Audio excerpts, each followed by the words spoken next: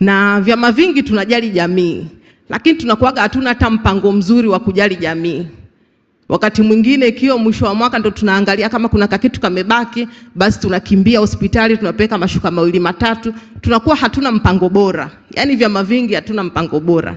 Na hata wasimamizi kuna kipindi tunasemaga hem tu organize ili kusudi tujali jamii kwa pamoja, lakini unakuta kila mtu kashafanya kivyake. Basi wakati mwingine tunaanza kuchangisha, wakati mwingine tunakuwa kwenye mikutano, dada Lea anaanza kuleta program ya Simba na Yanga ili angalau tupate hela kidogo ya kujali jamii. Kwa hiyo tunakuwa namna hatuna mpango mzuri.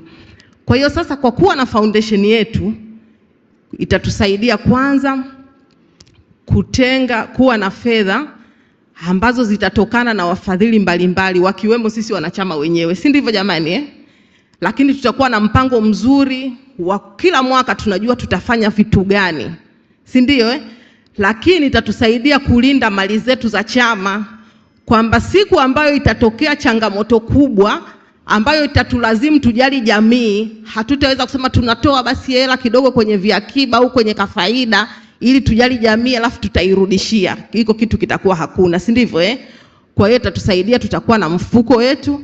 Mfuko utaweza kuinvite wafadhili kutoka sehemu mbalimbali, lakini sisi wanachama pia mmoja mmoja ambaye anataka kujali jamii, ambaye ni mwanajamii. Unajua kuna wale watu wanaitwa yani wale wapenda jamii, wanapenda kujitolea.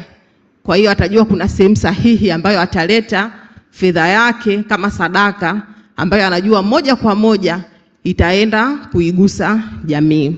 Kwa hiyo jamani, kwa sababu leo tutauzindua huo mfuko, niwaombe sana sisi kama wanachama, kwanza tuwe ndo wafadhili namba 1 wa huo mfuko. Kwa sababu kuwepo tu huo mfuko alafu tukategemea kale katengo kidogo kanakobaki kwenye budget ndo kaende kawe kana ufadhili huo mfuko, bado hatutafikia lile dhumuni la kuanzishwa kwake. Si ndivyo Kwa sababu dhumuni la kuanzishwa huu mfuko tunataka tuiguse jamii kwa upana zaidi. Si ndio jamani?